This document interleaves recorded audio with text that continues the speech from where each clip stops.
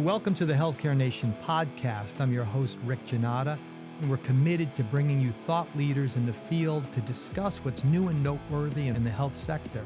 The opinions expressed by the host and guests are for informational purposes only and not associated with any companies or academic institutions. Please follow us wherever you listen to your podcasts, as well as our YouTube channel, Healthcare Nation Podcast.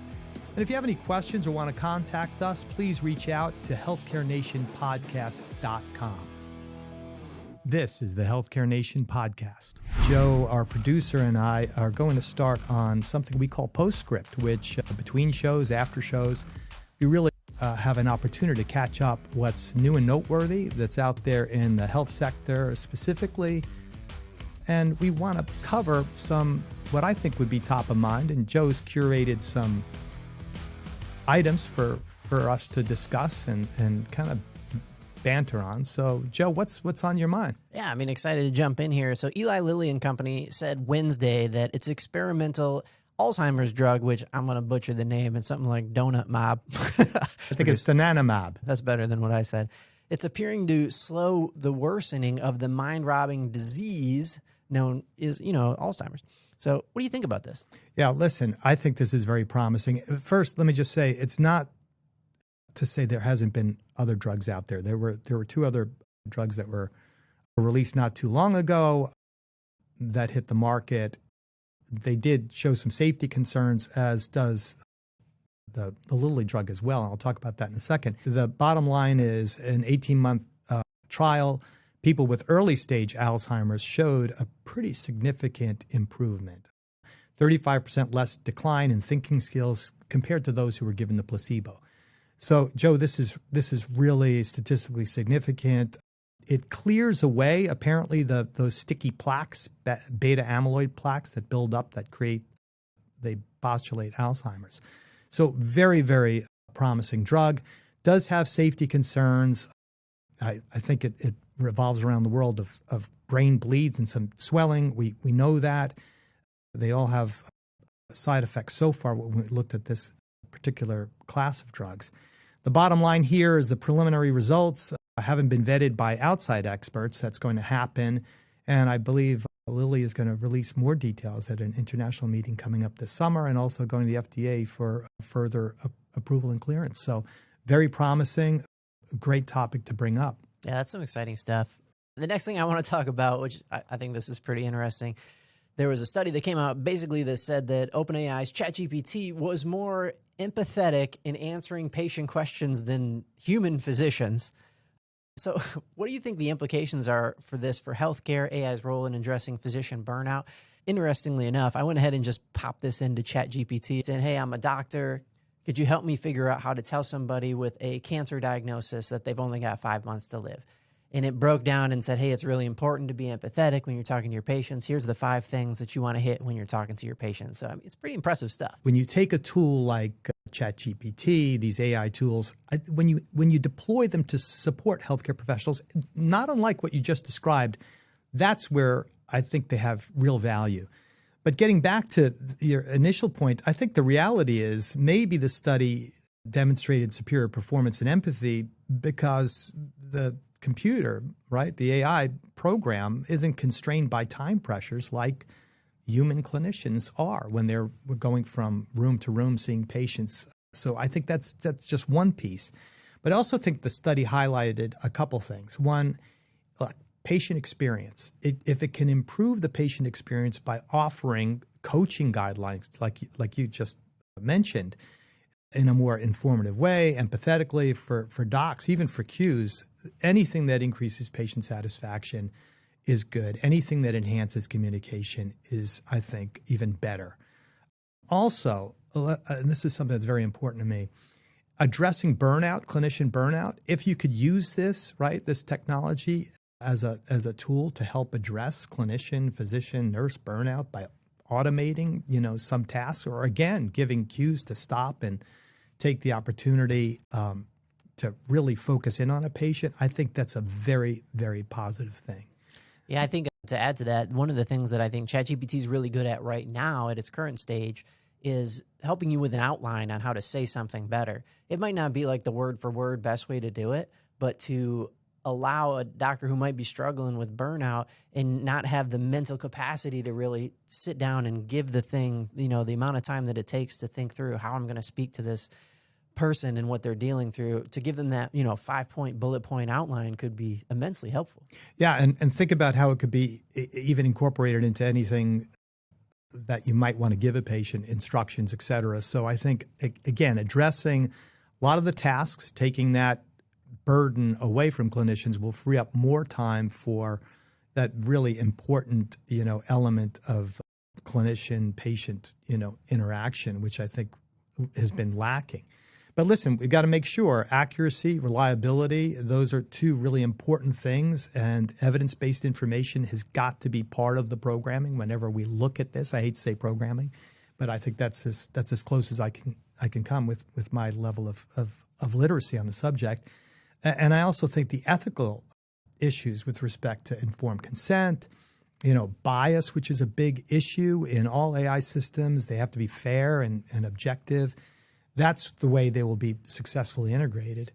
And the last thing, and I'd love to hear your thoughts on this because you're obviously in a very technical area. I think if you need the training to be able to understand how to use this and leverage it. I mean, you've mentioned you use ChatGPT, but even in the world of technical side. Yeah, I use it virtually every day, and I'm doing marketing kind of stuff, so it's not really that important that I have the bedside manner really when I'm writing website copy.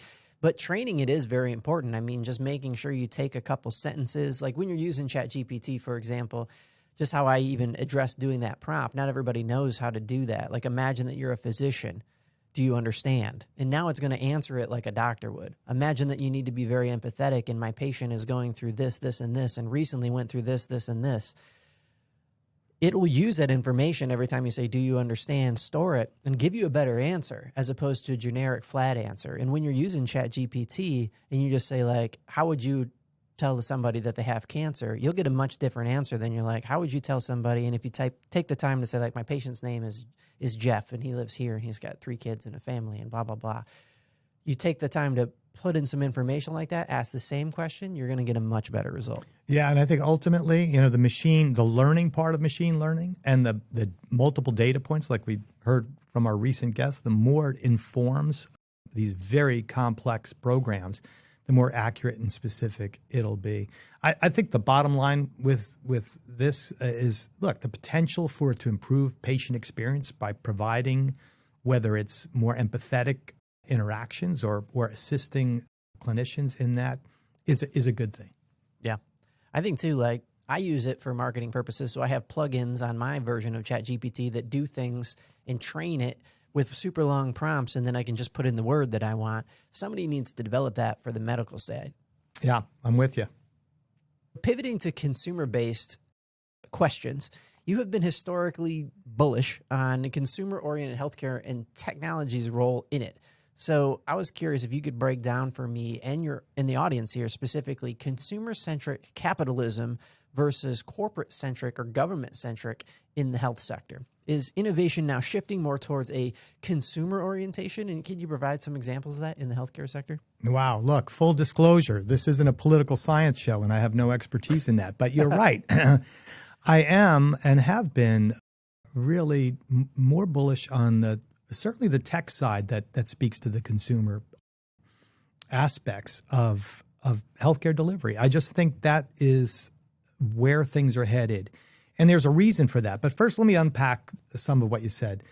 I think when we look at consumer-centric capitalism, if we apply that to a health sector model, right, it really means that it prioritizes the needs and preferences and I dare say the values of individuals, patients who have their hand on the lever of where they're going to get care. And it emphasizes empowerment, personalized care, and ultimately leading to a more satisfactory experience, right? It's very consumer-based.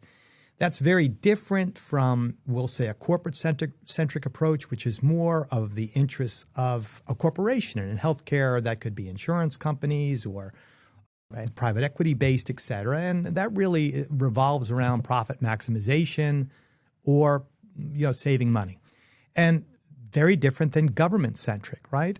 And we could say in what we might be most familiar with in the government would be CMS, Medicare and Medicaid, Right.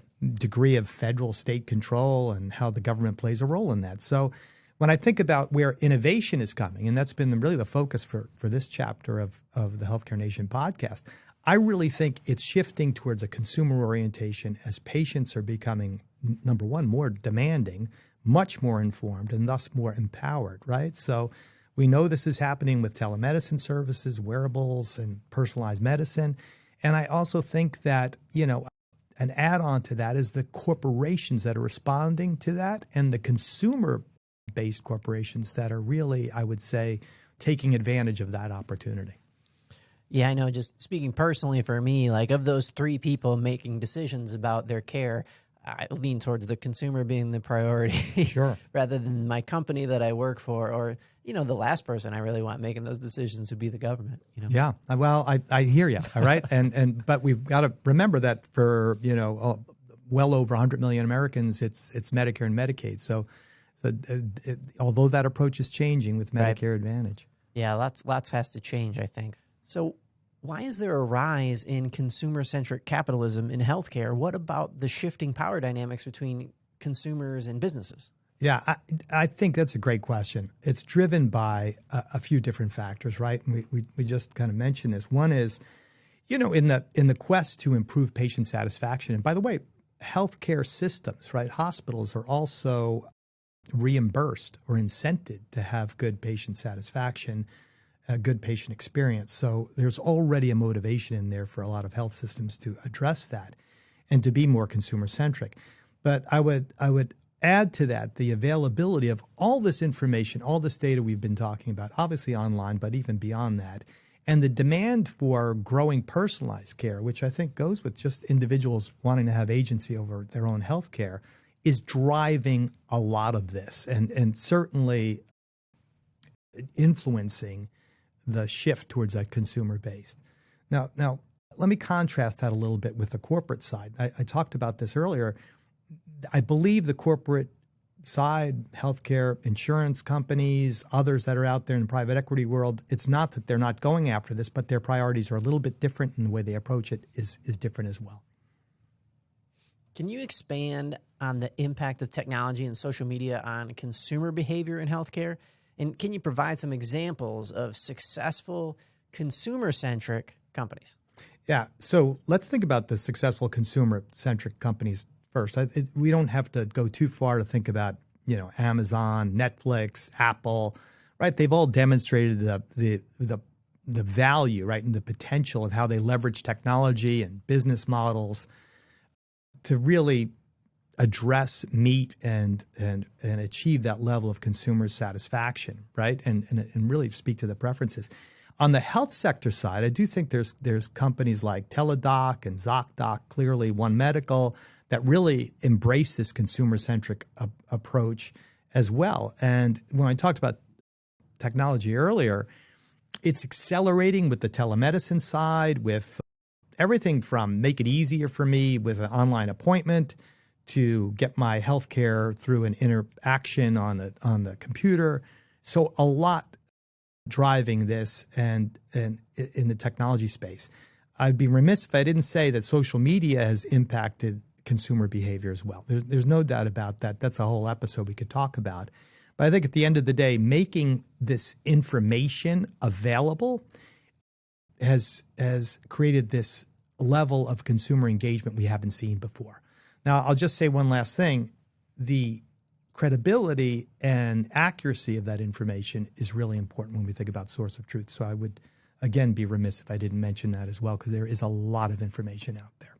So who do you think is going to be left out of this equation? Yeah, I think that, right, the promise of consumer-based healthcare and leveraging technology to enable and accelerate and expand that is really fantastic and of great promise. But those who are impacted by what we've heard called the digital divide, could be left out. There's no doubt about that. Low-income populations, elderly who could have difficulty, navigating technology, rural populations. We even think about broadband coverage. underserved communities, they could all be impacted by that. So it's really important for us. And I'm glad you brought that up because that's an important point to be recognized. So when it comes to the digital divide, I know you don't have like a crystal ball or anything, but how do you think that you would ensure that this benefits everybody? Yeah, I would say, look, the easy answer would be let's let the policy folks work this out so there's equitable application and work it through that. But we know that's easier said than done. At the end of the day, it'll be a combination of some kind of financial assistance, subsidies to make sure that technology is available in, let's just say, rural areas where there might not be the kind of access that you need, but also community-based programs, even on the literacy side, digital literacy, which is really important, culturally sensitive healthcare services, public-private partnerships, all really important, I think, approaches that we need when we think about the expansion of what I would say would be telehealth to really close the gap on this consumer-centric approach. Switching gears here, we have another big acquisition, two big companies merging into one. And what is that going to mean? And I'd love to hear your perspective on the pros and cons of the acquisition of Geisinger Health and Kaiser Permanente and the creation of Risant Health. And how do you foresee the community-based health systems joining Risant Health? Yeah, Joe, listen, that's a great question. I think it's really both opportunities and challenges for both organizations. I would say let's start with what they bring to the table. Kaiser Permanente managing immense populations at scale for many years. Geisinger, I think their lead in value-based care and what they've done from an innovation perspective has really been groundbreaking in many cases.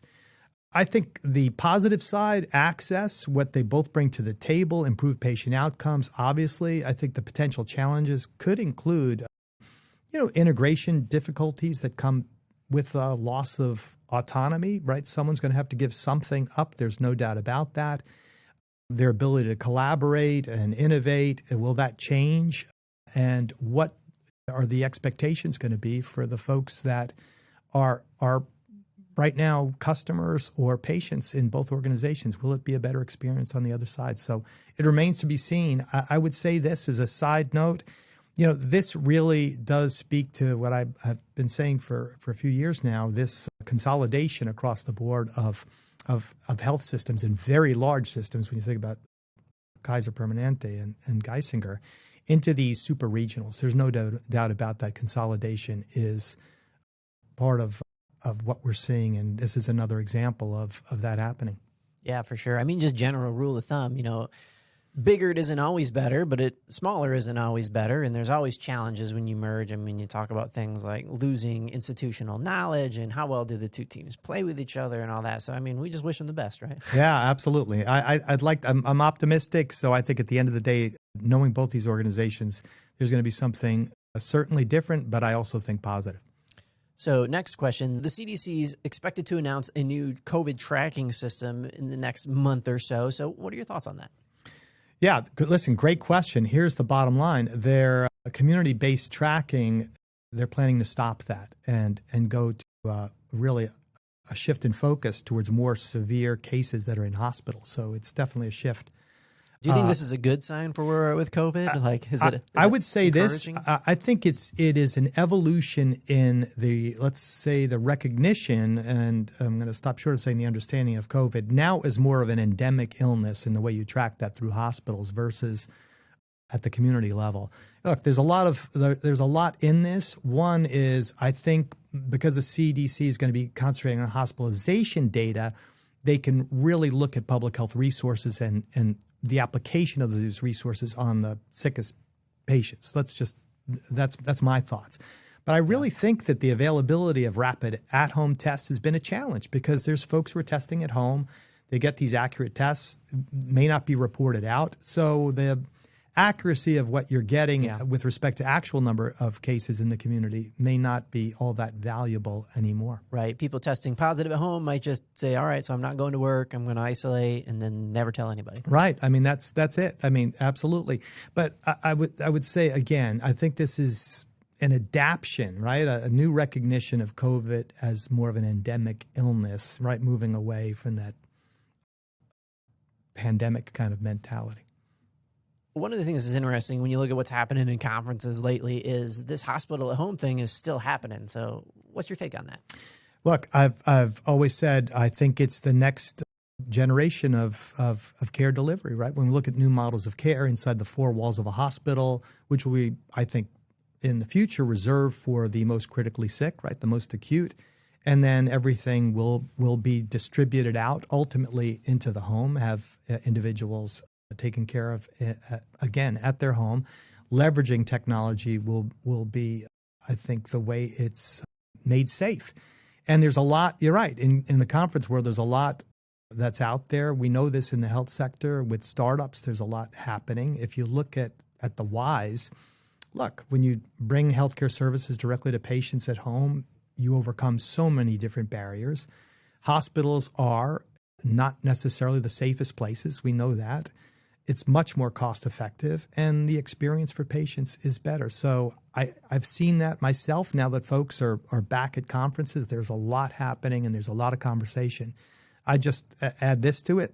Reimbursement's there, and that's another incentive why, in addition to telehealth, that hospital at home is still on the radar. Well, I mean, Rick, in regards to that, I mean, there's so many challenges that have to be addressed to ensure that the successful implementation of healthcare at home, right? So many hospitals and again, systems are gearing up for this. First, you got to have the infrastructure, the technology. We talked about that, the logistical side of that. You've got to have a new, I would say, workforce. And I want to be optimistic and say this is going to create opportunity, right? You have an adequate, well-trained group, but it's not. Let's just take nurses, for example. It's different than being a nurse in an inpatient ward in a hospital when you start looking at the at-home side. And even the telehealth experience is different, right? And we're going to have to train for that, but I want to be, again, positive on that. But we have to make sure that from a quality and safety perspective, that whether it's regulatory or standards and guidelines, that professional associations and training really speak to this, because it's not going away. In fact, it's going to expand. And then, of course, we've talked about this so many times before. From an equitable perspective, access, affordability, we've got to make sure that regardless of socioeconomic status or geographic location, that everyone from policymakers to healthcare organizations are going to work together to make sure that they're addressing any disparities or equity issues that might be associated with access. Yeah, I like and I echo your hey, let's be positive about this and just hope for the best that all these things work out. There's tons of problems that could happen. There's tons of things that could go wrong, but there's a lot of opportunities to really kind of do things right. Yeah, it's a shift, right? And we know that when you take a look at it, we'll just take clinician workforce shortages. We know there's a shortage of nurses. We know models of care are changing. How do we create a situation where a new model of care can address both and never put an individual, a patient, at risk?